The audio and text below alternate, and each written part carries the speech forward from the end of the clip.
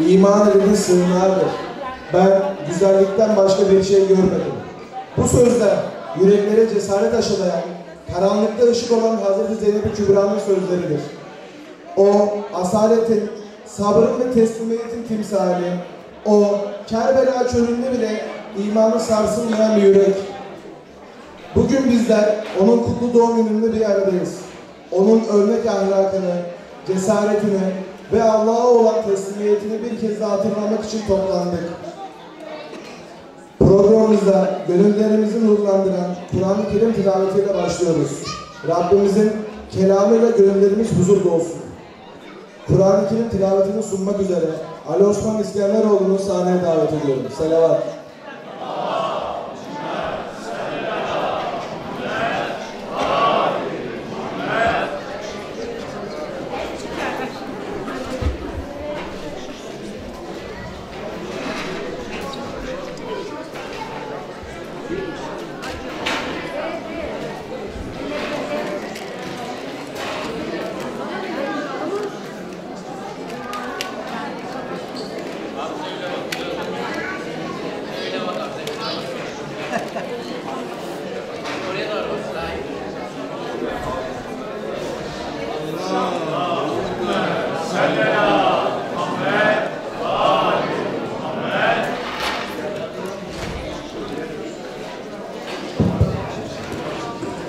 Muhammed Ali Muhammed'e selavat.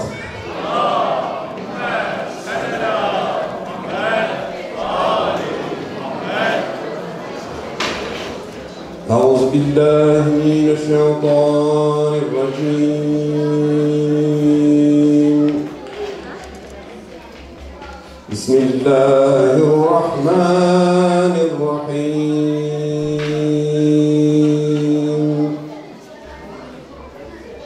الرحمن علم القرآن.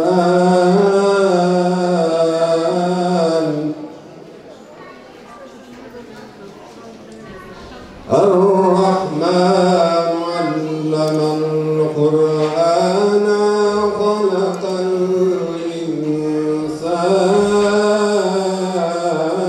الإنسان علمه البيان الشمس والقمر بحسبان والنجم والشجر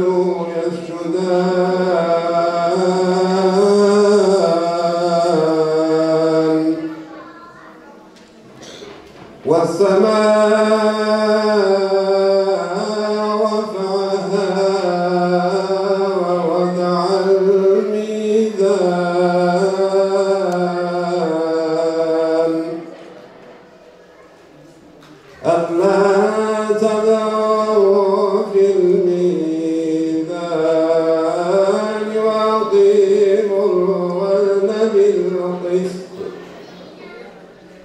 وأقيموا الوزن بالقسط ولا تخسروا الميزان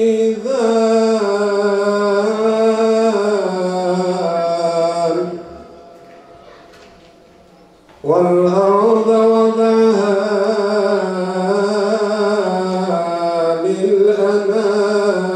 للأنام فيها فاكهة ونخل ذات الأكمام والحب ذو العصف الريحان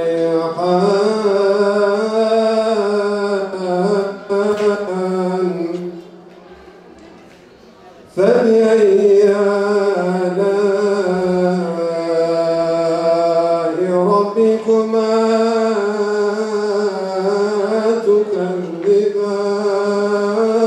تكذبان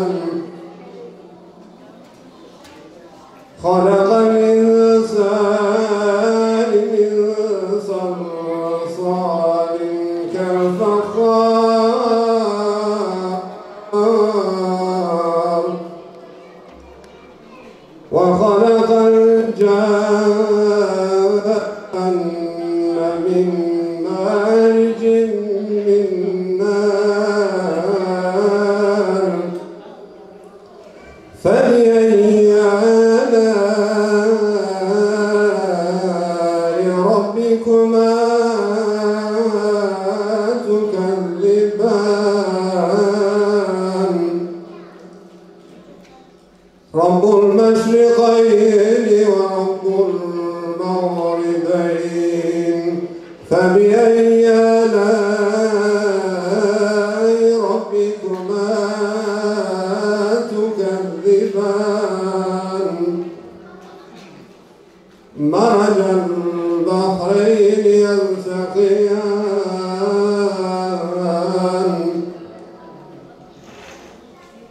بينهما برزخ لا يبغيان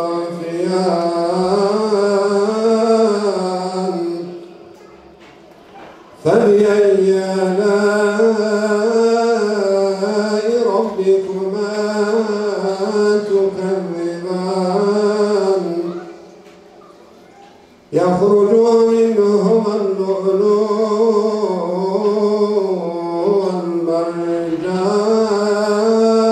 والمرجان فبأي آلاء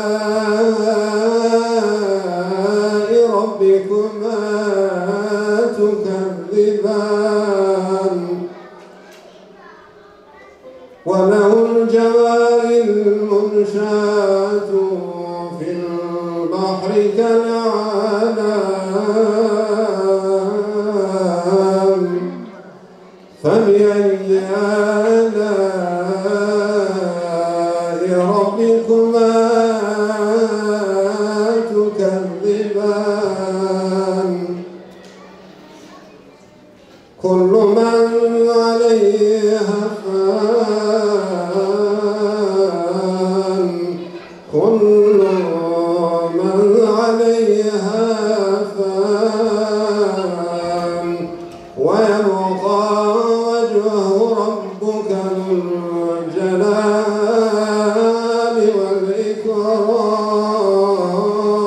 والإكرام فبأي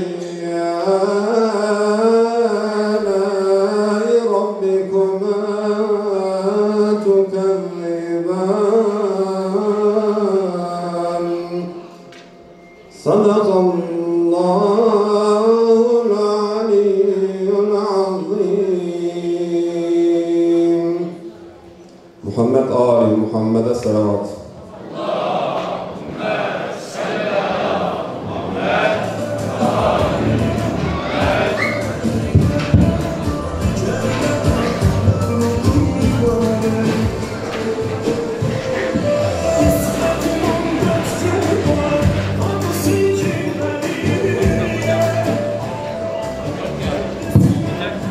Kur'an-ı Kerim'in kalplerimize serdiği huzur için Kerbela'ya Ali Osman İskenderoğlu'na teşekkür ediyoruz.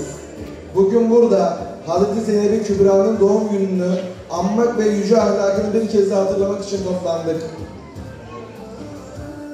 İzzet, hakka haykırmaktır, sessiz kalmak değil. Sabır, yalnızca susmak değil, dik durmak, teslimiyetle yürümektir. Evet, bu sözler Hazreti Zeynep'in bizlere bıraktığı mirasın özüdür. Zorluklar karşısında dimdik durmayı, imanla mücadele etmeyi, edebiyle cesaretin nasıl bir arada yaşandığını bizlere öğreten o kutlu kadının izindeyiz.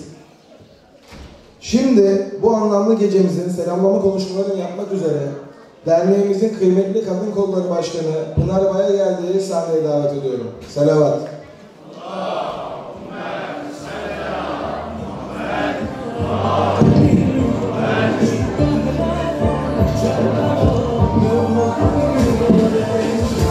Değerli misafirlerimiz, Muhammed Mustafa İlim Kültür ve Yardımlaşma Derneği'nin düzenlemiş olduğu Hazreti Zeynep-i Kübra Selamullah Aleyha'nın mübarek doğum günü programına hepiniz hoş geldiniz.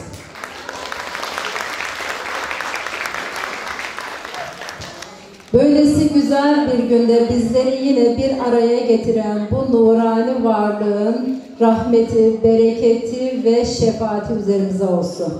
Hazreti Zeynep'ten bahsedecek olursam, o örnek alacak olursak eğer en önemli özelliklerinden biri de Allah'a olan imanı ve teslimiyetidir. Muhabbetidir. Hazreti Zeynep'in birçok özellikleri vardır ki en özelliklerinden yine ilmi ve fazilet hanımefendisidir.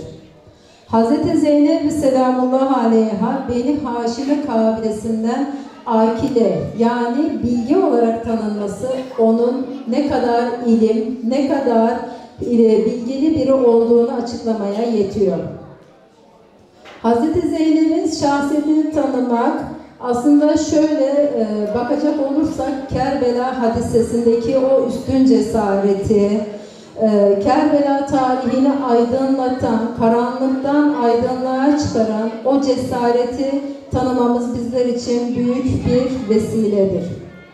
Hz. Zeynep'in fedakarlığını göz ardı edemeyiz. O ki o Kerbela faciasında evlatlarını kurban vermiş ve bunlara şahitlik ederek şehadetini gören bir hanımefendidir.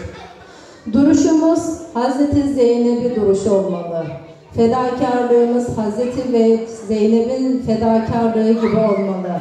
Öğrenme konusunda, ilim konusunda her şekilde örnek alacağımız Hz. Zeynep, Hz. Fatıma Zehra, Hz. Hatice validemiz gibi üstün hanımefendiler vardır.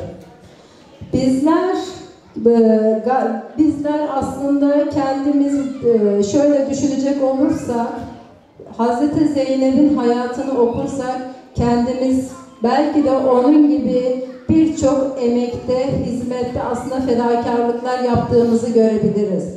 Bizler Gazze'deki nice evlatlarını feda etmiş anneleri gördüğümüz zaman Hz. Zeynep'i daha iyi anlamalıyız. Çünkü günümüzün Kerbela'sı şu an Gazze'de, Filistin'de yaşanıyor.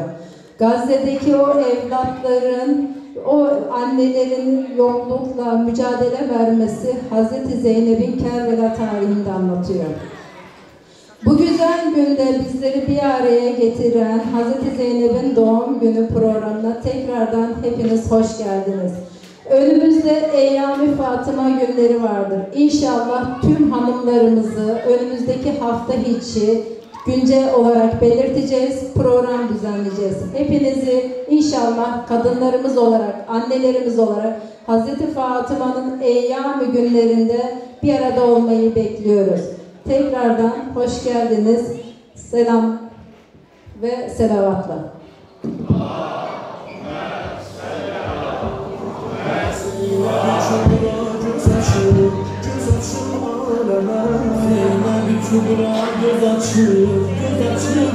Değerli başkanımıza o güzel, içten konuşmalar için teşekkür ediyoruz.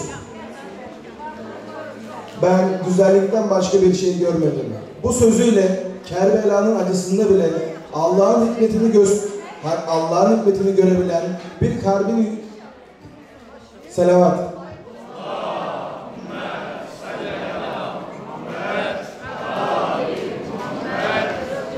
Bu sözüyle Kerbela'nın acısında bile Allah'ın hikmetini görebilen bir kalbinin yüceliğini bizlere göstermiştir. Hazreti Zeynep bizlere yalnızca sabrı değil, hakkın yanında dimdik durmayı, adalet uğruna susmamayı öğretmiştir. O zulmün karşısında bir kadın olarak değil, bir mümin olarak sözünü söyleyen cesaretin sembolüdür. Bugün onun izinde yürüyen her yürek birer Zeynep nefesi taşır. Şimdi o kudretli duruşu ve manevi güzelliği dizelere taşıyacak olan Kerbela'yı İlkik Amacı'yı sahneye davet ediyorum. Selavat.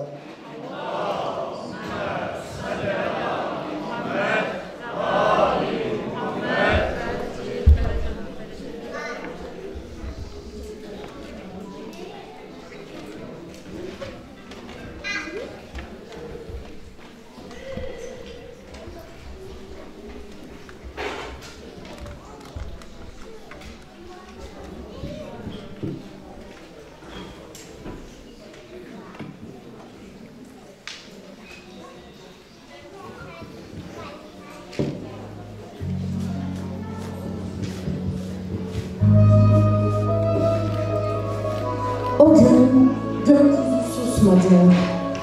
Bir nur indi semadan. Bir kız değil, bir sabır mucizesi doğdu dünyaya. Anası Fatıma, babası Ali. Ve yüreği Hüseyin'le aynı çizgide atan bir kalp. Zeynep doğdu. Beşiği nurla doldu. Cebrail geldi, adı Zeynep dedi.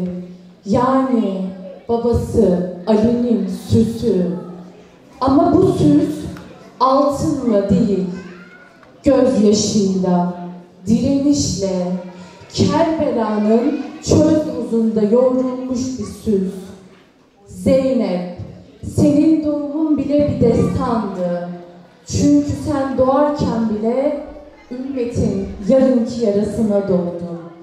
Senin gözlerin daha beşikteyken yolunu Kerbela'ya çevirmişti kader. Ey Ali'nin kızı, sen ağladığında melekler ağladı. Sen sustuğunda gök ağladı. Çünkü sen sabrın en son durağıydın. Direnişin kadın yüzüydün. Bugün biz senin doğumunu kutlarken aynı zamanda bir dirilişi kutluyoruz. Zeynep'in dirilişini, Zeynep'in kelamını, Zeynep'in asla susmam diyen sesini. Ey Zeynep, bugün adını andıkça kalpler ürperir. Gözler dolarsa bil ki bu bir yas değil.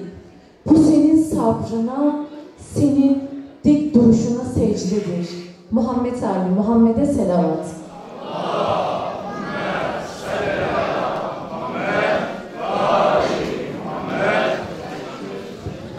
Ülkü Kamacı'ya şiirini için gönülden teşekkür ediyoruz. İman gücüyle ayağa kalktım ve adaletin sesi oldum. Evet, Hazreti Zeynep'in bu hayatı bize gösteriyor ki iman eden bir yürek dünyadaki hiçbir zulmün karşısında susmaz, eğilmez, geri durmaz. O Kerbela'da bir ses, bir direniş, bir umut olarak yankılandı. Şimdi o direnişi, o teslimiyetin anlamını daha derinlemesine hatırlayacağımız bir konuşmayla devam ediyoruz. Bu manevi gecemizde bizlerle düşünceleri ve duygularını paylaşmak üzere değerli konuşmacımız Ehlibeyt Alemi Hamza Aydın hocamızı sahneye davet ediyorum. Selavat.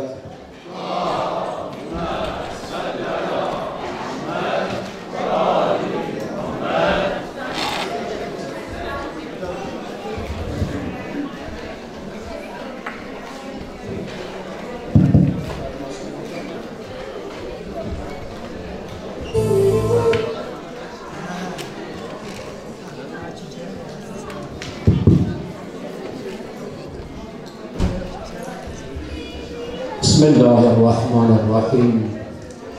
Elhamdülillahi Rabbil alemin. Vel âkıbetu lil muttaqin. Vel cennetu lil muvahhidin. Vel nâru lil mulhidin. Thumme salatu vesselam ala neyyiril âdem ve sefiril ekrem. Seyyidina ve nebiyyina Muhammedin ve ehl-i beytihil ma'sûmînel muntehabînel muntecebîn. واللعن الدائم على أعدائهم أجمعين من الآن إلى قيام يوم الدين. أما بعد فقد قال الحكيم في كتابه الكريم في قرآن العظيم الله أعلم حيث يجعل رسالته. ضرب الله مثلا للذين آمنوا امرأة فرعون صدق الله العلي العظيم.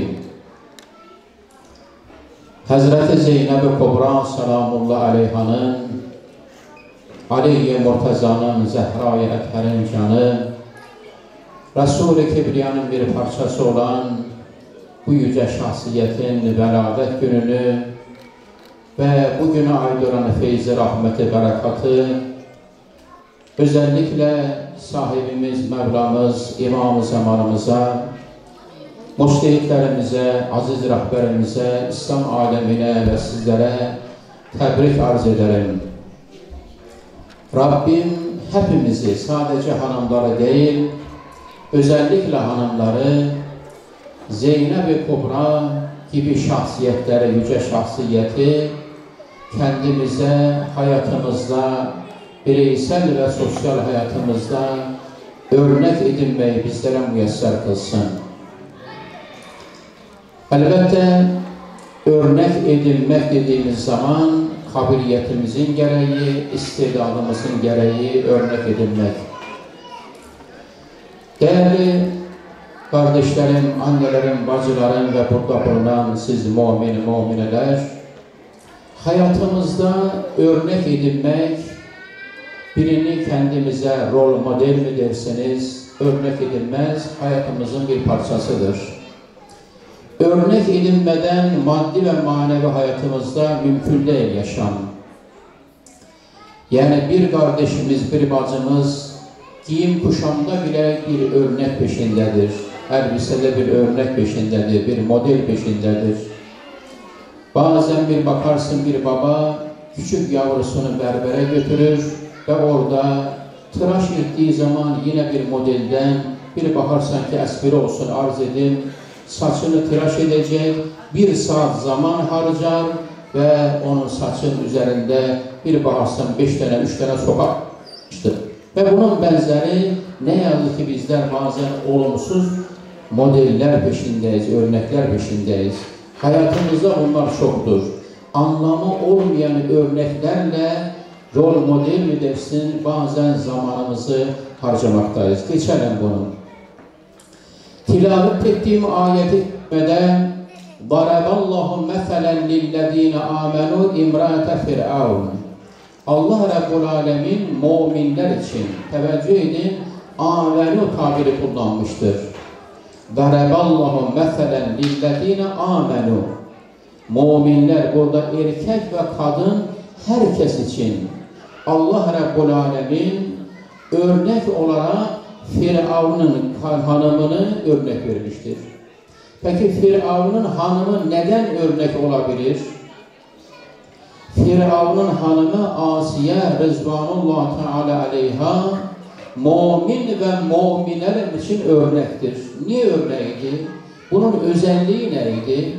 O haldeki Firavun malum kendisini ilah olarak ilan eden ene rabbukumul a'la tabiriyle Kur'an'ın tabiriyle Allah uzak etsin ben sizin ilah değil de en büyük Allah'ınızın diyen bir Firavun'un hanımı neden bir model, neden bir örnek olarak Kur'an-ı Kerim bize sunmaktaydı? Çünkü o ihtişamıyla, her türlü imkanlarıyla imanı seçen bir şahsiyetiydi. Tevhidi seçtiğinden dolayı bir tağutu ki kocası tağut idi. Firavun her türlü imkanları var idi. Herkes ondan korkardı. Ona ilah diyenler var idi. Hazreti Musa Aleyhisselam'ın karşısında entrikalar, desiseler peşinde olan bir melun, bir tağut ama onun eşi ona karşı gelmiştir. Onun karşısında mücadele vermiştir. Onu kabul etmemiştir. Hazreti Musa'yı seçmiştir. Peygamberin safında yer almıştır. Dolayısıyla Allah Rabbul Alemin de dolayısıyla buna mükafat vermiştir. Sen hem erkekler için hem kadınlar için bir örneksin Asiye. Bir Asiye. Ki Resul-i Ekrem'de cennette müjdelen hanımlarını saydığı zaman biri de Asiye Rızvanullah Teala aleyha. Mücadelesinden dolayı Kur'an-ı Kerim'in tabiriyle dua eder. Allah'ım kendi katında bana bir köşk hazırla. Bu da bunun mükafatı çok değildi ki. Allah onun basiret gözünü açtı. Allah katındaki köşkünü görebildi. Firavun zannetti ki cinnet getirmiştir ama onu göremiyordu. Onun gördüğünü, görebildiğini Firavun göremiyordu. Ama Allah ona o mükafatı verdi. Bu sözlerle, bu ayeti kerimeyle gelelim 14 masuma, ismet makamına sahip olan ve bu tali ismet olan, ismet makamına sahip olmasa da bazı alimlerimizin tabiriyle ismet makamından aşağı bir makam olan tali til ve masum Hazreti Zeynep-i Kubra selamun aleyha. Yanlış anlaşılmasın ki sözümde Hazreti Zeynep selamun aleyha masumedir demedim. Günahsız bir şahsiyetiydi. Sıfır günaha sahip olan bir şahsiyetti. Hazreti Zeynep selamun aleyha. Peki Hazreti Zeynep selamun aleyha'yı bugünlere taşıyan nedir? Onun şahsiyeti, onun yüceliği, onun sevgisi bizim kalbimizde nakş olmuştur. Allah hepimizi, sadece bacılarımız değil, hepimizi Hazreti Zeynep'i hayatın her alanında kendimize örnek edinenlerden karar versin inşallah. Sadece doğum günlerinde analım, ondan sonra hayatımızda Allah korusun yeri olmasın, bunun bir anlamı olmaz. Biz Hazreti Zeynep'in sabrından bahsetmekteyiz. Hepimizin ezberlediği, ezber ettiğimiz onun mübarek gününde "Ma ra'aytu illa cemila." Ben güzellikten başka bir şey görmedim. Bu sözün manası nedir yani? Ben güzellikten başka bir şey görmedim. Onca musibetlere rağmen o zalimin karşısında, İbn Ziyadların karşısında, Allah lanet etsin, Yazidlerin karşısında o musibetleri, acıları, o zalimler Hazreti Zeynep salamullahi aleyhaya hatırlattıkları zaman onun sözü neydi? "Ma ra'aytu illa cemila." Ben güzellikten başka bir şey görmedim. Bu söz aslında Hazreti Zeynep salamullahi aleyhanın marifetine işarettir. Ayrı bir deyimle Hazreti Zeynep'in irfanına işarettir. Biraz açalım. İrfanına işarettir. Bakın bir örnek arz edin. Hazreti Zeynep'in irfanı, marifeti o yüce şahsiyetin dünyaya ve ahirete bakışıyla ilgilidir. İnsanın bakışı çok önemlidir. Bizlerin bakışı, dünya bakışımız, ahiret bakışımız çok önemlidir. Bazı insanlar dünyaya geldikleri zaman dünya bakışına bakarsan bizlerden uzak, sizlerden uzak, tenzih ederim sizleri, dünyaya gelmiştir. Hedefi yoktur. Yemek, içmek, gezmek başka bir şey yoktur. Yani bakış açısına baktığın zaman gelmişim bir ara 3-5 günlük dünyadan ondan sonra yiyip içip gidecektir. Yani hayatın tarzı bunu ifade etmektedir. Allah bizleri ondan uzak etsin. Bizim bir hedefimiz vardır, bir amacımız vardır. Bir marangoz bağışlayan ormana girdiği zaman marangoz şöyle ağaçlara baktığında ne diyebilir sizce? Onun bakış açısı ne olur? Marangozla bir ara. Ya diye ne güzel burada odun var veyahut da ne güzel tahta olacak ağaçlar var. Bunun bakışı budur da başka ne olabilir ki? Ama bir de başka birisi diyelim ki böyle gezgin birisi, doğayla işi olan, hayata baktığı zaman ki böyle kalem alıp doğanın güzelliğini kaleme alabilecek biri girdiği zaman, ağaçlara baktığı zaman, o yeşilliği gördüğü zaman, o uzun uzadıya serv ağaçları gördüğü zaman o kalemi alır eline, doğanın güzelliğini, ağaçların güzelliğini kaleme getirir. Bu farklı insanlar, bu bakış açısıdır. Biri öyle bakar, bir de bu şekilde bakar. Biz Hazreti Zeynep salamullahi aleyhanın bakışına, dünya ve ahiret bakışına iyice mutale ettiğimiz zaman ki "Ma ra'aytu illa cemila", o yüce şahsiyetten, güzellikten başka bir şey görmedim demişse, yani bu musibetlerin içerisinde başka bir şey vardır. Ben onu görmekteyim. Siz acı olarak bakmaktasınız. Evet, kardeşlerini şehit vermiştir. 2 yavrusunu şehit vermiştir. Acılarla dolu bir hayat. Doğrudur gerçekten. Bunun tahammülü de zordur. Bunlara sabretmek de zordur gerçekten. Ama Hazreti Zeynep bunlara rağmen ben güzellikten başka bir şey görmedim diyebilir. Bunun bakış açısıdır. Teveccüh edin, bir taşı nazara alın. Bir taş kara bir taştır böyle. Sert bir taştır. Şimdi o anda baktığınızda bir taştır. Sert bir cisimle diyelim, elinizdeki bir baltayla, bir balyozla o taşa vurduğumuz zaman taşın içerisinde ne çıkabilir? Ateş parçası çıkabilir. Bazen bir nur yansıyabilir. O taşın içinden çıkmıştı değil mi? O daha önce taşıydı, başka şeydi.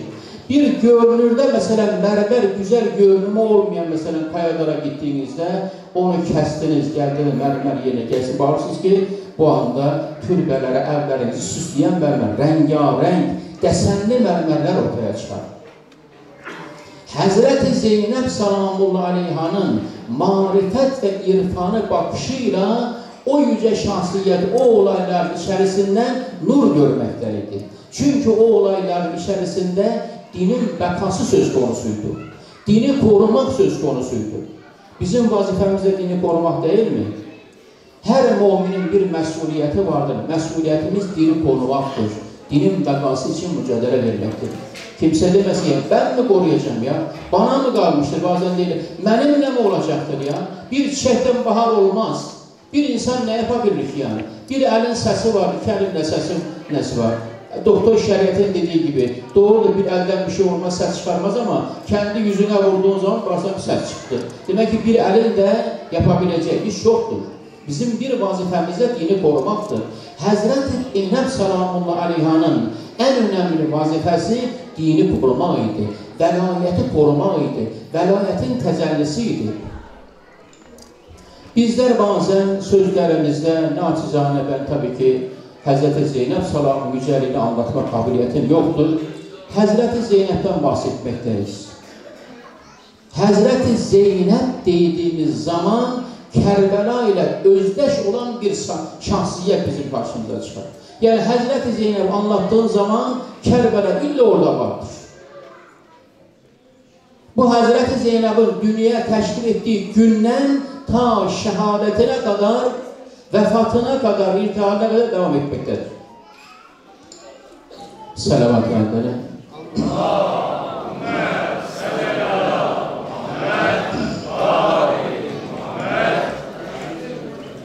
Hazreti Zeynep Salamullahi Aleyha dünyaya teşrif ettiğinde Fatıma Zehra Salamullahi Alican buna isim koyalım. Emr-el-Mumin ne buyurdu? Bilirsiniz bu olayı. Ne buyurdu? Resul-i Ekrem beklememiz gerekir. Resul-i Ekrem Allah'ın salatu selamı üzerine olsun ehl-i beytine o anda evde değildi. Misafiretteydi. Yolculukta neyse Peygamberimiz geldi. Peygamberimize öncelik etmem. O varken ben buna isim koymam. Resul-i Ekrem geldi. O da bekledi. İsmi kim koyacaktı? Kim getireceğiydi? Cebrail. Kimden getireceğiydi? Allah tarafından. Hazreti Kulsum için bu var mı? Tarihte bu yoktur da. O da onun bazısı değil miydi? Bazısıydı. Hazreti Ebu'l-Fazl'in kendisinden başka 3 kardeşi vardı değil mi?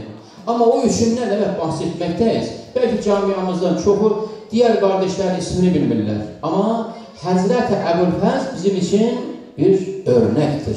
Hep ondan bahsederiz. Hep aynı kardeş değil miydi? Hepsi Ömbülben'in evlatları değil miydi? Evet. Ama niye onlardan bahsedilmiş? Burada benim demek istediğim bir istidat, bir potansiyel, bir kabiliyet olmalıdır. Tilavet ettiğim ayet-i kerimede Allahu alem haytu yec'al risalete. Allah risaleti kime vereceğini herkesten daha iyi bilir. Öyle her adama peygamberle verilmez ki. Ya efendim peygamberden sonra başka peygamber gelseydi peygamber olacak. Nerede de bolluk yani? Böyle olmaz ki yani. Bir adamın 40 sene geçmişi putperestliği olan haşa Allah ona peygamberlik verir. Böyle bir saçmalık olabilir mi yani? Bir şey olamaz ki. Gerek bunun özünde bir kabiliyet, bir istidat olan ki bağıştan her tarlaya böyle her tarlaya yani bir tarla ki çorak tarlalı ne ekerse size bir şey vermez ki abi. Onun bir verimli olması lazım, hazır olması lazım ki oraya serptiğiniz tohum geçersin bir şey verirsin. Olmaz ki. Demek ki bir kabiliyet, bir zemine olacak ki Allah Rabbul Alemin o mesuliyeti ona versin. İmamlarımız içerisinde İmam-ı Muhammed-i Baqir Cafer'e çünkü bize göre bizim anlayışımız, bizim bakışımız imamlarımıza onların lakapları da Allah tarafından, Peygamber tarafından verilmiştir. Örneğin İmam-ı Muhammed-i Baqir Aleyhisselam'a Baqir-i Ulum lakabı verilmiştir. Kim tarafından? Resul-i Ekrem tarafından. Bunları bilirsiniz hamdülillah. Niye? Çünkü daha hala o zemine, o ortam gelmeden bu lakap verilmişti. Demek ki gelecekte bu olacaktı. Yani gelecekte Peygamberimizin o nebevi hadisleri İmam-ı Muhammed-i Baqir'le İmam-ı Cafer-i Sadık ne yapacaktı? İnsanlığa sunacaktı, ümmete beyan edecekti. Demek ki Baqir-i Ulum demek abes değildi. O lakap İmam Muhammed-i Baqir Aleyhisselam verilmişti aşağı, abes değildi. Kemer-i Beni Haşim, bu lakapların hepsinde ileri yönelik bir hazırlık vardır, ön hazırlık vardır. Xədicə-i Kubra salamullah aleyha, Fatimə Zəhra salamullah aleyha dünyaya təşrif etmədən öncə Resul-i Ekrem mükəlləf olur ki, ya Resulallah, ey benim Habibim, 40 gün Xədicə-i Kubradan ayrı qalacaksın. Ondan sonra kim dünyaya gələcək? Fatimə Zəhra. Bu nə anlama gəlir sizcə? Niyə Resul-i Ekrem 40 gün Xədicə-i Kubradan ayrı qaldı? Nədir bunun hikməti var muhakkak? Öylesine değil ki bağışlar 40 gün. O 40 gün içerisinde Peygamberimizin Rabbi ile razı niyazı ibadeti özel halveti olmuştu. Cennet tarafından gelen meyveler ondan sonra Xədicə-i Kubra'nın emrine yanına gelmişti. Bağışlar ondan sonra Fatimə Zəhra təşrif etmişti dünyaya.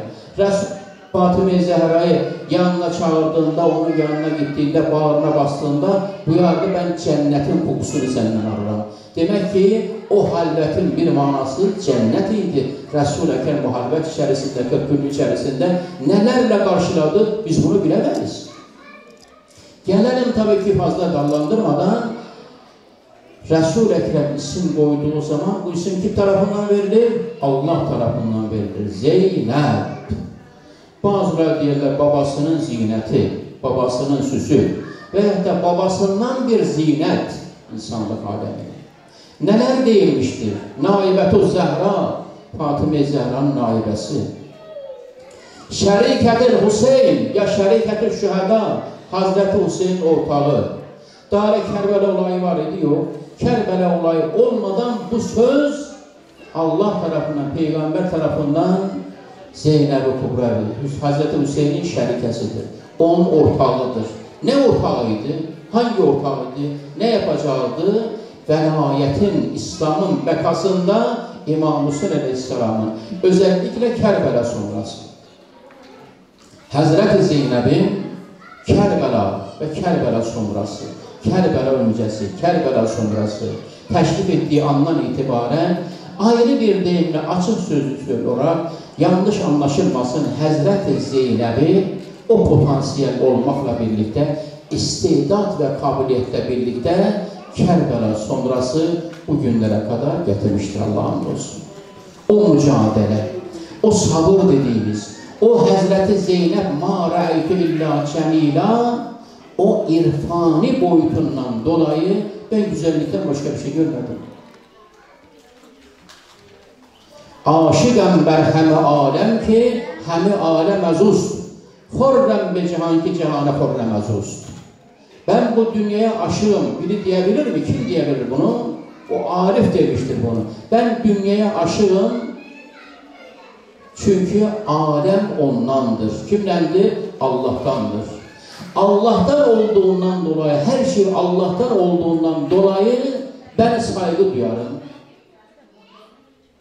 Yani biz yaradıranı severiz kimden ötürü? Yaradandan ötürü. Bu bunadır. Aşıqam ben həmi alem ki, həmi alem azuz. Çünkü her şey ondandır dolayısıyla. Hazreti Zeynep böyle bakmaktadır. Hazreti Zeynep'in önünde bağıştan Yazidler, İbn Ziyadlar bunda bir şey değildi ki. Hazreti Zeynep'in bakışı farklıydı. Görebilirdi. Gün gelecek Hazreti Zeynep'in o erbeğininde 20 milyon insan bir araya gelecek. Ma ra'aytu illa cemila. Ben güzellikten başka bir şey görmedim ve görmekteyim. O yürüyüşe gidenler de sorduğun zaman ne anlatırlar? Sanki Hazreti Zeynep'in sözüdür. Güzellikten başka bir şey görmüyoruz değiller. Gidip görürse Allah tekrar nasip etsin. Şikayet eden var mı? Kimse şikayet etmiyor. Herkes orada güzellikten bahseder. Herkes orada İslam'ın tüm güzelliğini, tüm boyutlarını Kərbəla'da görmektedir, Erbeğin'de görmektedir. Bu Hazreti Zeynep'in bir bize mirası değil mi? Başka ne olabilir ki? Hazreti Zeynep salamullah aleyha, onun nesebi, hasebi güzellikleri öz yerinde. Dedesi Resulullah'tır, babası Emirel-Mumin, annesi Fatimə Zəhra, Hasan ve Hüseyin, bunlar öz yerinde. Ama onu yücelten, o dünyaya teşrif ettiğinden günden ta Kərbəla sonrası onun vasıflarıydı. Onun vasıflarını insan bahsettiği zaman hayran kalır.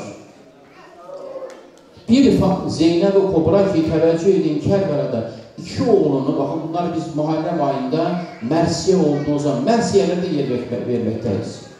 Həzrət Zeynəbin daha küçük yaşda, 10 yaşında, 11 yaşında iki oğlunu gönderdiği zaman meydana İmam Hüseyin Aleyhisselam'ın dahilərin huzuruna izin alıp şehit olduktan sonra onların cenazeleri, her şehidin cenazesi, tabi doğum gününde belki diyeysen bunlara yer vermek uygun olmuyor ya, ama konu etmekteyiz, şahit olsun diye. O Hazreti Zeynep ki her şehidin başucuna gelen Hazreti Zeynep, iki oğlunun cenazesi çadırına geldiğinde onların İmam Hüseyin Aleyhisselam'ın gözün önünde olduğundan dolayı nezare edebilir diye o yavrularının başucuna gelmedi Hazreti Zeynep. Burada ne anlamaktasınız? Onun edebiydi. Edeb çok güzel bir şeydir. Edeb ve haya özellikle hepimizde, yanlış edeb diyende, haya diyende sadece hanımlar akla gelmesin. Herkes için çok önemlidir. Bazı büyüklerimizin dediği gibi Hürr'ü kurtaran, Hürr-i Riyahi'yi kurtaran ki önce Yezidi'ydi, baştan 7 safındaydı ama bir an oldu ki bedeninde titreme oldu ve onu Fatıma-i Zehra'nın evladının tarafına çekti. O neydi? Bazı büyüklerimizin dediği Hürr-i Riyahi'nin edebiydi. İmam Hüseyin Aleyhisselam orada ona biraz tabi yaptıklarından dolayı bir hakaret orada dedi ki ya Ebu Abdillah Hüseyin sen burada benim annemi Araplarda bir deyim var idi təqilətkə ommükə anan əzəndə əyləşin bir tabir var idi. Hür dedi ki ben senin annen Fatıma-i Zehra olduğu için sana bir şey diyemem dedi. Dilim kurur ki ben sana bir şey diyeyim çünkü senin annen Hazreti Zehra'dır. Bu onun edebiydi. O anda düşman idi ha. Düşman olmasına rağmen o edebi riayet etti. Bazen edeb insanı çeker kurtarır bataklıktan. Haya insanı bazen bataklıktan kurtarır. Benim annelerim, bacılarım beni mazur görsünler. Yine arz ederim, beni mazur görsünler sözümü yanlar. Edeb ve haya sadece başörtüyle olmuyor. Kusura bakmayın bu sözümden dolayı. Yeterli değil başörtüyle, bu zahiriyle değil. Çok önemlidir. Haya ve iffet dış görünüm ile iç görünüm ikisi bir arada olmalıdır. Eğer işte olmadığı takdirde Allah korusun başka yerinde çekilebilir. Yani ben bu başörtümün, tesettürümün hikmetini, felsefesini bilmem lazım. Hazreti Zeynep sallallahu aleyha Kerbela olayından önce Ceddi Resulullah'ın ziyaretine gidende geceleyin giderdi ziyarete. Gündüz gitmezdi. Niye size soran bir gündüz gitmezdi? Belki diyecekse bu kadar da ne gerek var? Bu kadar da olmaz da. Tamam bizim için bu kadar olmaz. Yani doğrudur. Ama o geceyi tercih ederdi. Burada yine insanı derinden yaralayan o Zeynep ki geceleyin onun mübarek o bedeni görünmesin diye, kimse namahrem görmesin diye öyle yapardı ama gün geldi maalesef. O naneciklerin, o canların gözlerinin önünde o manzaralar. Onların hepsi dinin bekası için değil mi? Dini korumak içiniydi. Hazreti Zeynep'e, bunu da burada arz edeyim, sözüm yandı. Hazreti Zeynep yaşayacağı olaylar ona anlatılmıştı, bunu böyle bilin. Bu yeni bir söz değil ha? Hazreti Zeynep'e Kerbela'dan sonra esaret vaziyetinde birçok olaylar değilmişti. Yani sen şeriketin Hüseyin'in ortağısın. Bunu açtığın zaman ne demek yani? Yani ya Resulallah sen, ya Zeynep, Resul-i Ekrem ad koydu, lekap verdi, sen Hüseyin'i ortağısan ne anlama gelir sizce? Yani Kerbela'da yaşananlarla birlikte sen olacaksın. Bunlar hepsi beğenildi, hepsi anlatılmıştır. Ama bazı ağaların dediği gibi gerçekten bazı yerlerde Hazreti Zeynep öyle olaylarla karşılaştı ki, öyle acı, musibet dolu olaylardan karşılaştı ki, orada şöyle döndü dedi ki, bunu bana söylememişler, bunu bana dememişler, öyle acı. Allah bu da o şekilde kalsın. Salavat okuyalım, Allah razı olsun.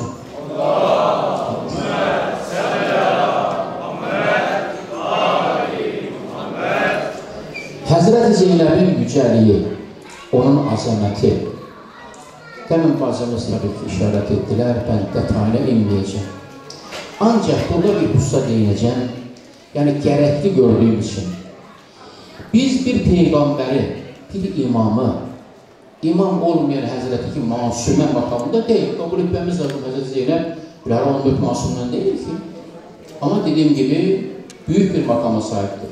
Həzrəti Əbbas masum değildir ama büyük bir makama sahiptir. Hiçbir günahı yok ama İsmet makamı desek onun da İsmet makamı yanlış olmuş olur. Hala bu sözü demekten yani gerçeğe demekten yani niye böyle dedin? Biz bazen nedense birini böyle anlattığımız zaman bağışlar sanki böyle abartıyı sevmekteyiz yani. Ben anladım ne olabilir ki ya?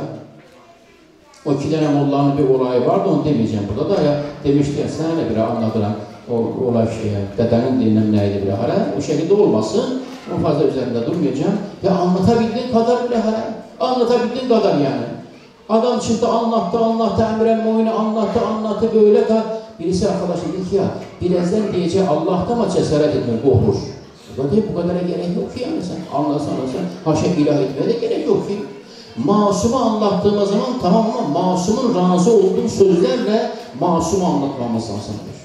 Razı olmadığı sözlerde değildir. Uluhiyet makamına getirilsem doğru bir şey değil ki. Hazreti Zeynep Salamullahi Aleyha'yı anlattığımız zaman bizim idrakimiz neyse, bize ulaşanlar neyse o sözlerle. Hazreti Zeynep Salamullahi Aleyhi İmam Hüseyin Aleyhisselam ölmüştür. Masum bir İmam Hüseyin gibi bir şahsiyet Hanım Zeynep'i ölmüştür. Nasıl ölmüştür? Bacı demiştir. Birisi bu hep ezberlemişsiniz. Gece namazı kıldığın zaman beni unutma. Bu söz ne demekti? Bu söz yani Hazreti Zeynep benim anladığım makamının yüceliğidir. Sen öyle bir makama sahipsin yani Hüseyin bir masum senin duanı istiyor. Anladın mı? İmam Zeynep'in bir masumdur ama Hanım Zeynep'e sözü enti alimetun bila muallibe. Senin ilmin Allah tarafından verilmiştir. Bunu İmam Zeynep'in buyurur yani. Yani birinin yanında öğrenmemişsin ha. Belki birbirlerinden öğrenirdiler. Yani Hanım Zeynep babası Ali Murtaza'da anne Zehra'dan bir şey öğrenmedi mi? Öğrendi. Bu bir öz yerinde. Bu bir gerçektir. Ama bununla birlikte Allah tarafından merhidi ilimleri de var idi. Enti alimetun bila muallibe. Buna rağmen Hazreti Zeynep ilahi ilimle baş başa olan bir Hazreti Zeynep ama Kerbela olayında İmam Hüseyin'in şehadetinden sonra o musibetli acı anlar ki onu tarif etmek olmaz. Özellikle Şam-ı Gariban deriz ya o olayları, o acıları anlatmak mümkün değildir ya. Hakikaten de mümkün değil. Onda, o anda, o olayda Hazreti Zeynep Salamullahi Aleyha'nın müdüriyeti, onun idare kabiliyeti, o olayları düzenli bir şekilde yolu, yetimlere, şehitlerin durumları, her taraftan ağlama sesleri gelir. Eşit insan bunu tarif edemez ama Hazreti Zeynep o sabrıyla, o gücüyle Allahu Ekber. İmam Hüseyin Aleyhisselam bazı sabırlı olmalısın dedi. Ben bunu bir sabretti. Benden sonra sabret.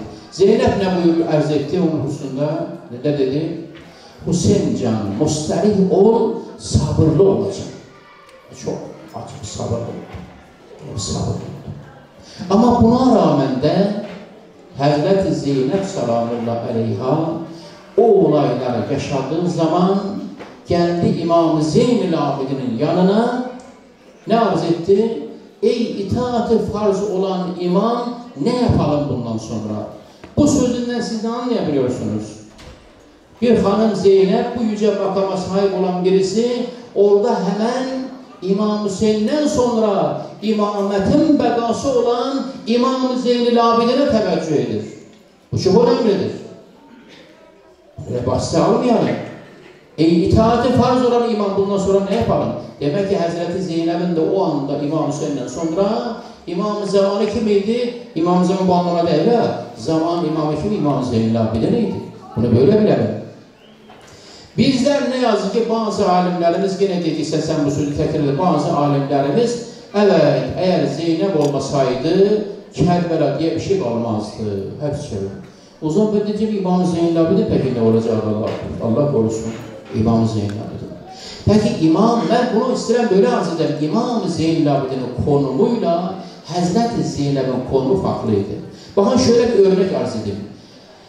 Araplar bir kadını dövmekle bir kadını vurmak arasındaki erkeğe oranla çok farklıydılar. Ya bu kadındır. Günümüzde de böyledir bağışta. Yani bir kadını rahat döverler, yoksa bir erkeğe mi? Erkeğe döverler de kadını. Ya kadındır, olmaz, ayıptır, ağırdır. Kadını vurmak mı olur? O bakış aynı orada da öyleydi. Yani bir Həzrəti Zeynəbə dokunma yerine İmam Zeynəb'i hemen öldürebilirdiler. Ama onlar da ne yaptı? Bir hasta süsü, bir hastalık şeyiyle perde arkasında İmam Zeynəb'i korudu. Ama İmam Zeynəb'in düşmanın gözünde bir hastalık bu şekilde böyle bir adla korundu ama onun imamet vazifesi ifa edildi. İmamet vazifesi tecelli etti, tezahür etti. Kiminle? Hazreti Zeynep'le. Mesela bundan ibarettir. Bilmem anlatabildim mi? Yani o velayetin vazifesi, imametin vazifesi kimin vücuduyla, kimin varlığıyla? Hazreti Zeynep varlığıyla yansıdı. Ta İbn Ziyad'ın Kufe'de olsun, Yezid'in sarayında olsun, Hanım Zeynep bir nevi imametin dili olmuştu. İmametin sesi olmuştu. Babasının sesi olmuştu. Her yerde böyleydi. Ama diyeceğiz peki İmam Zeynep'den aynı iş. Ben bir öz amiyene tabirle. Eğer İmam Zeynep aynı şeyi yapsaydı İmam Zeynep'lerin şehit ederdiler. Hadi desin olabilirdi. Olan ne olmasın ki? Ama Allah Rabbul Alemin aynı şekilde anası Fatıma Zehra selamullah aleyha Emir-el-Mu'minin sesi olmuştu bir yerde. Birçok yerlerde. Yorulmadınız değil mi inşallah? Benden başka konuşan da yok da meydan bana kaldı da hepsi değil mi? Öyle mi olacak yani? Serbest yani. Başka bir hoca yoktu. Evet. O zaman bir salavatlar okuyalım. Bitireceğim.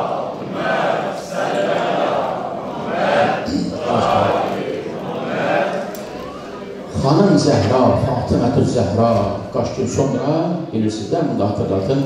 Doğum günü Eyyam-ı Fatımiye. Çarşambadan sarıdan itibaren Eyyam-ı Fatıma Zehra salam başlayacağım inşallah. Bizler içimizde dersler vardır. Emir-el-Mu'min, velayet ve imamet.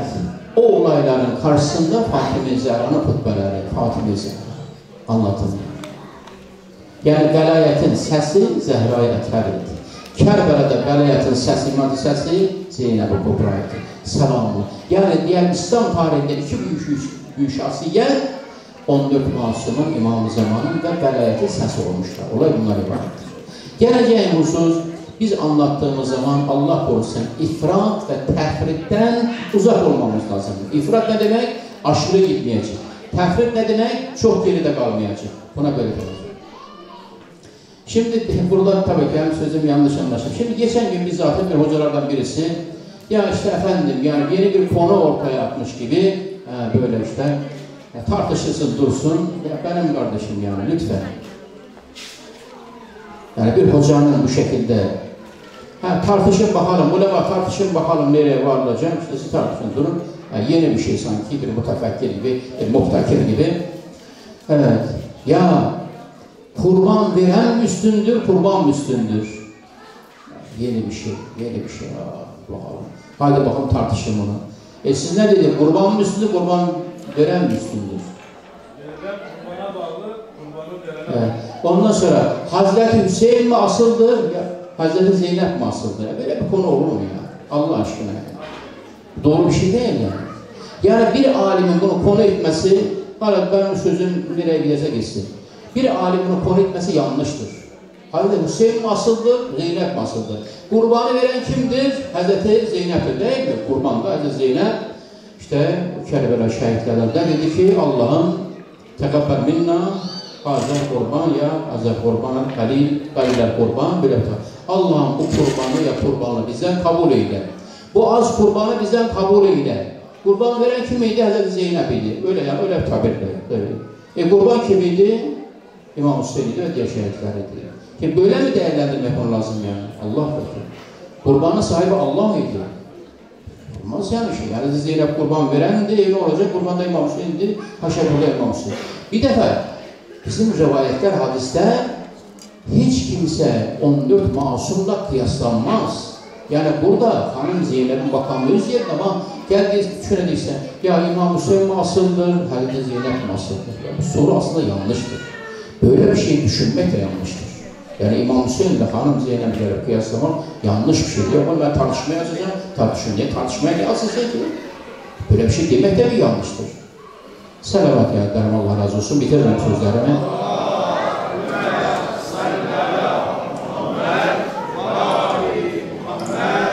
Bizim en önemli elimizdeki ölçü masum nasıl tarif etmişse. Az önce arz ettiğim örneklerle verdim. İmam Zeynep'dir, İmam Hüseyin verdiğimiz örnekler hanım Zeynep'in makamının güzelliğine işarettir. Hanım Zeynep'in ilmi, onun tefsiri, hanım Zeynep Kufe'de Kur'an dersi diyerdi, tefsir dersi diyerdi. Ve öyle tabii ki onun irfanı, onun paylaşımları, onun sıfatları, bunlar hepsi tarihte vardır bismillah. Yani biz bunları, o elimizdeki veriler, masumlardan bize ulaşanlar neyse, o şekilde anlatmamız lazımdır. O şekilde methetmemiz lazımdır. O şekilde övmemiz lazımdır. Allah korusun, birini övdüğümüz zaman Allah'ın razı olmadığı şekilde, Peygamberin razı olmadığı şekilde övmemiz bizi başka yerlere çekebilir. Bu da doğru değildir. Bu sadece masumlar için değildir. Günümüzde de hayatımızda da benim temennim, yani birini övdüğümüz zaman o övgüyü nasıl hak edilirse o şekilde övmemiz lazımdır. Allah korusun, Allah Rabbul Alemin bir takım övgüler ki insanların zilletine, küçümsemesine sebep olursa Allah o övgülerden bizleri korusun inşallah. Evet, biraz da böyle geleceğim başka bir kıyıya. Allah yardım etsin. Bir Müslüman ülkenin, büyük bir ülkenin sözde lideridir. Şimdi sözüm yanlış anlaşılmasın diye, evet, zamanın Firavun'unu övür. Nasıl övdü? Yani belki de o melun, yani Pakistan'ın liderini değil, sözün başka yerlere çekilmesin diye adını vereceğim ben. Pakistan lideri, bir Pakistan ülkesi, Müslüman ülkesi, onun başındaki o melunu, Amerika'nın Firavun'unu övdüğü zaman, yani o kadar rahatsız oldum ki ya bu kadara gerek yok ki. Belki de o diyebilirdi, o melun diyebilirdi ki ya ben bu kadar destekmiştim, istemedim senden ya, bu kadara gerek yok ya. O şekilde övür, özünü zillete düşer edir. Özünü küçümsüyor gerçekten. Kur'an-ı Kerim'de ayetler, şimdi konu biraz başka yere geldi, tabi alakası da vardır.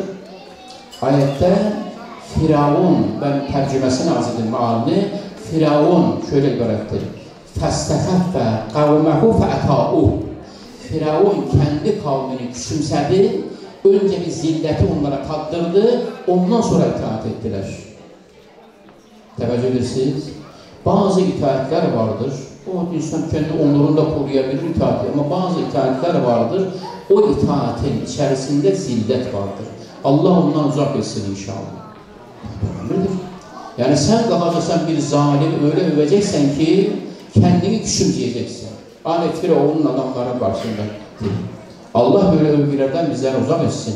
Biz Müslümanlara uzak etsin Rabbim inşallah. Biz izzet için yaşamaktayız. Hazreti Zeynep de izzet dersi vermiştir. Yezdin karşısında Allah lanet etsin. İnsanlığa izzet dersi vermiştir. Onur dersi vermiştir.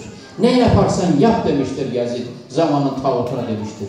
Ama bizim adımızı hiçbir zaman sildiremeyeceksin. Bizim adımızı hiçbir zaman, vahyimizi, adımızı yok etmeyeceksin. Edilmeyecektir inşallah. Bugün Allah'a hamdolsun asırlardır geçmiştir. Bizler bugün Hazreti Zeynep'ten bahsetmekteyiz. Herkes Hazreti Zeynep'ten bahsetmektedir.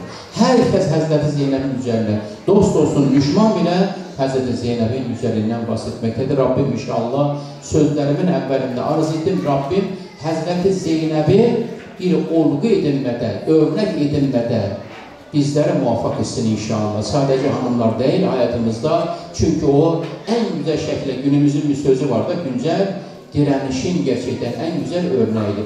Hazreti Zeynep nasıl mücadele vermiştir, nasıl direnmiştir ve dinin bakası için, dinin korunması için. Ya Rabbel Alemin bizlere de vazifemizin gereği dini korumada bizlere muvaffak eyle inşallah.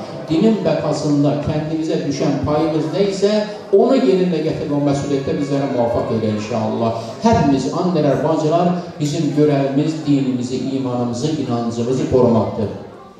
İnnemel hayatu akidetun ve cihad. Hayat, inanç ve inanç uğruna mücadeleden ibarettir. Böyledir. İnancı olmayandan sonra hayatında bir anlamı yok. Hayata anlam veren insanın inancıdır ve bu inancı koruma için de mücadele vereceksin. Ne olursa olsun ve dünyada ben tek başıma da kalsam demeyeceksin ki ya bana ne. Allah hepinizden razı olsun. Beni dinlediniz. Fazla inşallah sizlere yormadım. Rabbim tekrar mübarek eylesin. Tebrikler olsun inşallah. İmam zamanımızın gözü aydın olsun. Ve böyle bir toplantıyı organizede zahmet çeken derneğimizi muvaffak eylesin. Her yönüyle diğer boyutlarıyla inşallah. Gençlerimizi inşallah her alanda, hayatın her alanında muvaffak eylesin. Ehl-i Beyt'in marifini yaymada, anlatmada, anlamada, idrakte hepimizi muvaffak eylesin inşallah. Değerli annelerim, bacılarım inşallah, Hazreti Zeynep-i Kubra, annesi Fatıma Zehra salamullah aleyhime her ikisini örnek edinmede, onlar gibi yaşamada, onlar gibi bu dünyadan ayrılmada muvaffak eylesin inşallah. Ve böyle örnekler var ise, böyle şahsiyetler var ise, bizim Hazreti Zehra'mız vardır, Zeynep-i Kubra'mız vardır, diğerlere ne hacet? Allah inşallah ölünceye kadar onların sevgisiyle, onların hayatıyla, onlar gibi yaşamayı hepimize nasip etsin inşallah. Rabbim inşallah dilekler, hacetlerimizi kabul eylesin. Rabbim sizlere inşallah Hazreti Zeynep'in ziyaretini nasip etsin.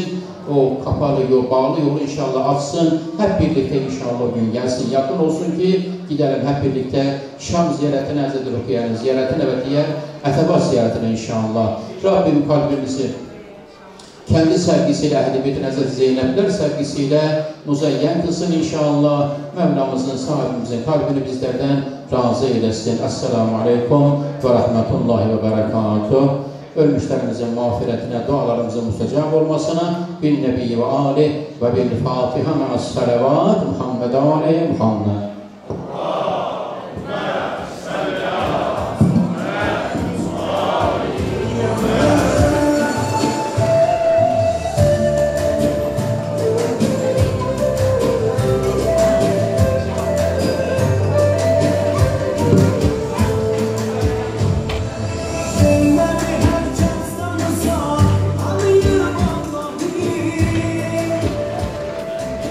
CHP Esenyurt Belediyesi Meclis Üyesi Sayın Dilek Baya geldi aramızdadır. Kendisine hoş geldin diyoruz.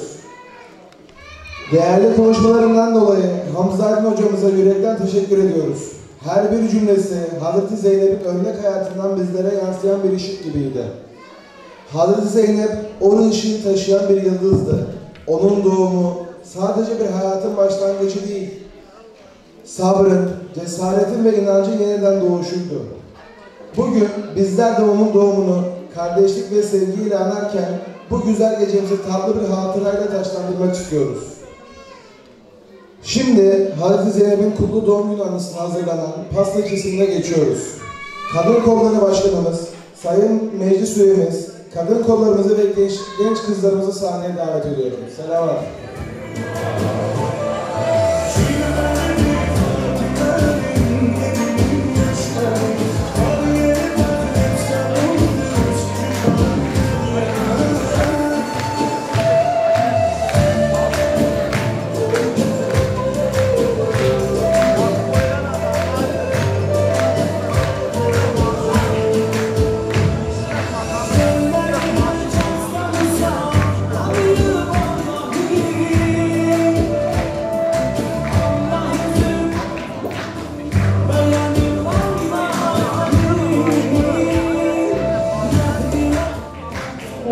Kadın kodlarından bekliyorum. İsmi Zeynep olanlar, özellikle onları bekliyorum.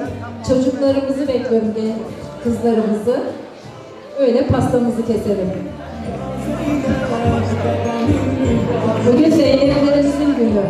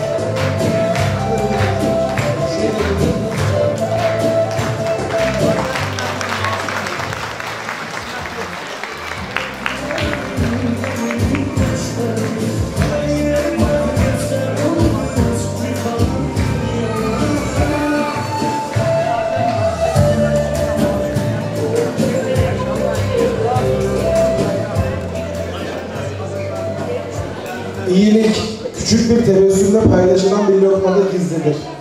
Hazreti Zeynep'in bu anlayışıyla paylaşmanın bereketini yaşamak için bu akşam bir sürprizimiz var.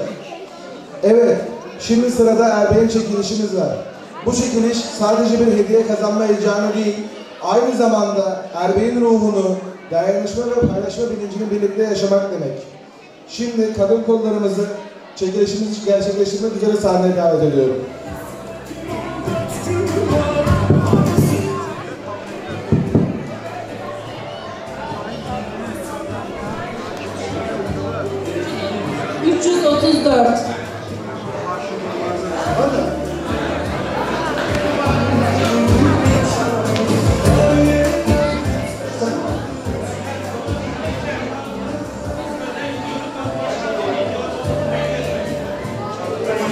Tamam. Ender Bey çadırda hizmet ettiği için aynı numarayı bir arkadaşımıza, gitmeyen bir arkadaşımıza hediye etmek istiyor. Ender Bey'e başvursunuz inşallah. Hiç gitmeyen bir arkadaşımız varsa Ender Bey'e başvursun, oradan alsın inşallah. Allah kabul etsin.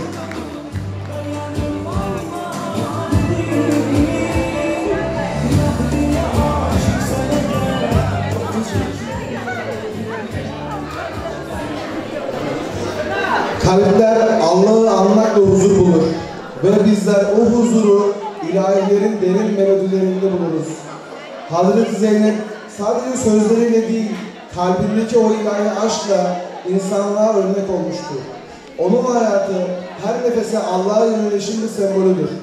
Şimdi gönüllerimize o ilahi aşkla bir kez daha doldurmak için Ehl-i Beyt Meddahı Kerbela'ya Ebuzar Göktaş'ı sahneye davet ediyorum. Selavat.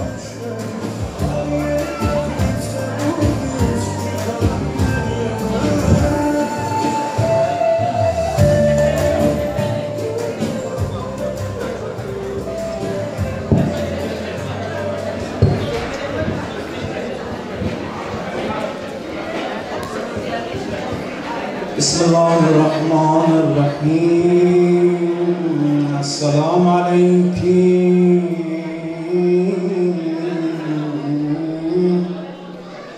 Ya Zeynep Kubra. Selam olsun.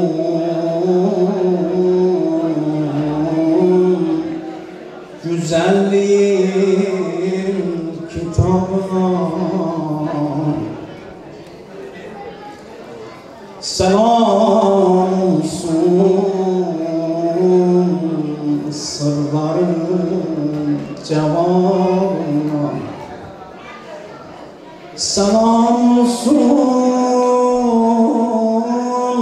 süsü Ali Taha'ya selam olsun, Fatıma'nın canına, Ali'nin zineti, Hüseyin'in gayretine. Ya Zeynep, ya Zeynep, doğrun mübarek, kahraman Kerbela, mevlidün mübarek. Ya Zeynep, ya Zeynep, doğrun mübarek, kahraman Kerbela, mevlidün mübarek. Zeynep ana canana, feda bu canlar sana. Vurdun şanlı mührünü her zamana mekana. Gökten müjdeyi aldı, Zehra'nın yüzü güldü. Çünkü aleme zine, Zeynep dünyaya geldin. Ya Zeynep, ya Zeynep, doğumun mübarek, kahraman Kerbela, mevlidün mübarek. Beraber ya Zeynep, ya Zeynep, doğumun mübarek, kahraman Kerbela, mevlidün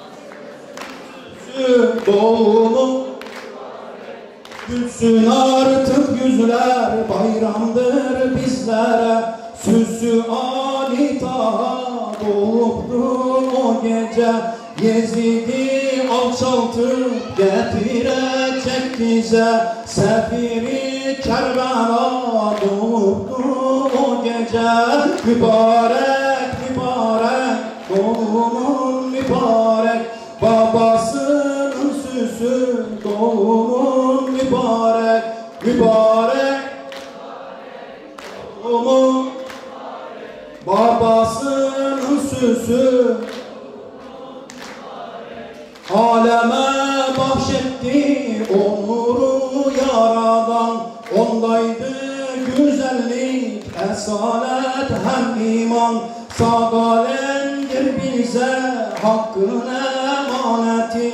Onlara meveddet yıkar hep zulmeti. Mübarek doğumun mübarek. Mübarek mübarek doğumun mübarek. Babasının süsü doğumun mübarek. Mübarek mübarek doğumun mübarek. Mübarek mübarek doğumun mübarek. Babasının süsü doğumun mübarek. Mübarek mübarek doğumun mübarek. Mübarek mübarek doğumun mübarek.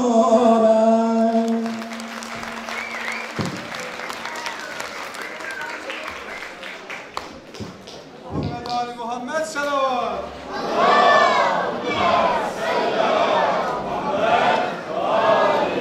Programımızın sonuna gelmiş bulunmaktayız. Hepiniz hoş geldiniz. İkramımız olacaktır. Yemeden ayrılmayın. Hayırlı akşamlar. Selavat.